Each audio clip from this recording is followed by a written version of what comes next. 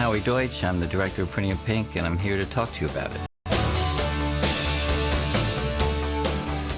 People I talk to who have made movies that have become successful never knew at the time. They didn't have a clue. And it's usually the opposite. When I think, oh, this is going to do well, it's a bomb.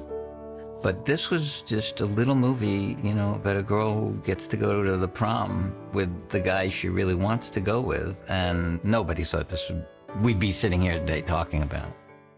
I met John Hughes because I started in making movie trailers, and I was working at 16 Candles, and I got a phone call from Jack Rapke, who was John's agent, who said, John is going to send you 2 scripts. One was called The New Kid. It was about John's experiences in Arizona when he went to a new school. And the other was Pretty in Pink, and I read them both, and I remember Pretty in Pink made me cry, and so I said, I'll do that one.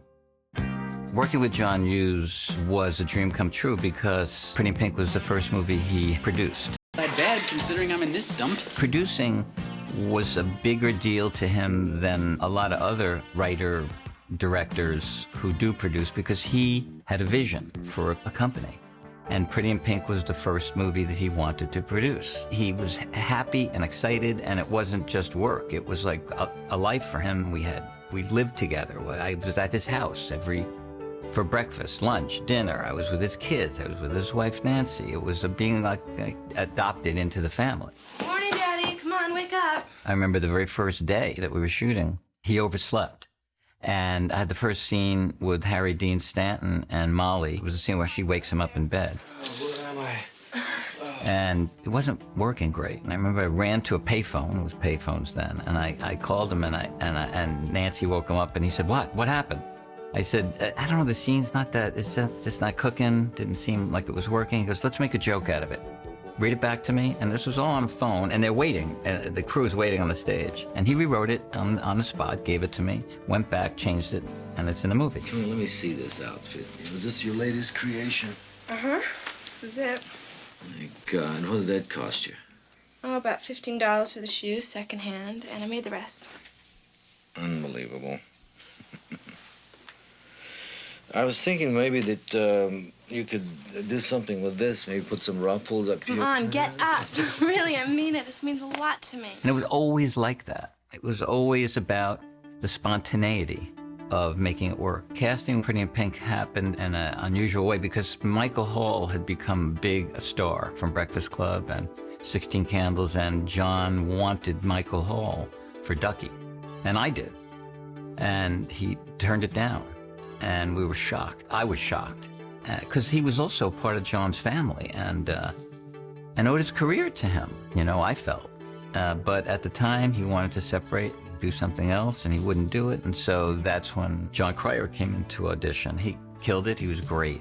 And then I asked John to see him, and John agreed, and that's how that happened. Pretty in Pink was written for Molly Ringwald. Oh, yeah. Oh, we just got these glasses, and it's really, Yeah, I didn't like that album I got the other day. What? I was fortunate enough to, by, again, osmosis, see such great performances. And I also, from John, adopted the idea that if I'm going to have a relationship that works with these actors and they're going to trust me, I better get close with them, as he did with me. So I tried to make it like a family and spend as much time with Molly and as much time with John Cryer, lived with me for a while, so that anything I asked them to do, they never felt like I was commanding it, or that it was always about the idea that they had a net under them, that they could trust me and never fall. My favorite scene to shoot was the dancing scene, Try a Little Tenderness, with John Cryer, because I had done a lot of dance sequences and a lot of choreography with the music videos I'd done with Billy Joel and others, Billy Idol, and so I got Kenny Ortega to come in, great choreographer, and together we did that, and I thought it was fun. I never thought it would become what it had become, iconic, but I knew there was something special about it.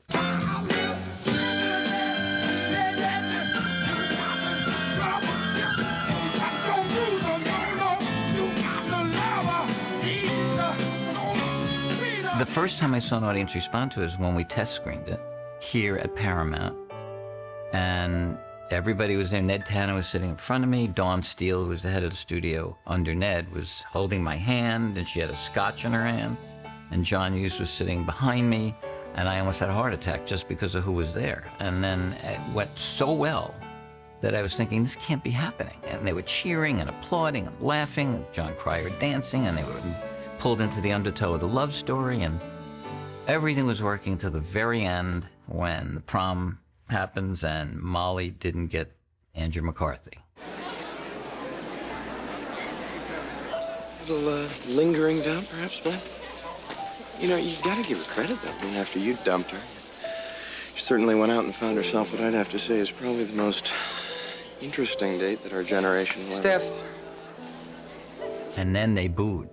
And I thought, yep, this is figures, this is what my life is. So we had to find a way to make it work. That became an issue because the entire script, basically, the idea of it was true love overcomes everything. And Duckie loved Molly. And it was true love. So how do you fix that? But I remember one day in the editing room, John came in, and he sat down on the floor, and he says, I got it. And I go, how? What? And Paramount at this point was like, you gotta fix, you gotta help us. Andrew McCarthy has to come alone.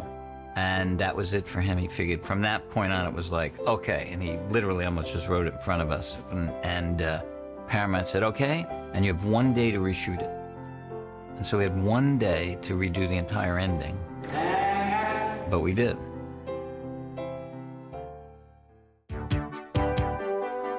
There's something about John's characters that endure because they're real people. They're not based on anything but humanity. You know, he knew these people, and there were slivers of himself that he put into them. So I always think that's part of the magic of why people won't let go of those movies. I just think I was fortunate and lucky to get that chance to make that movie.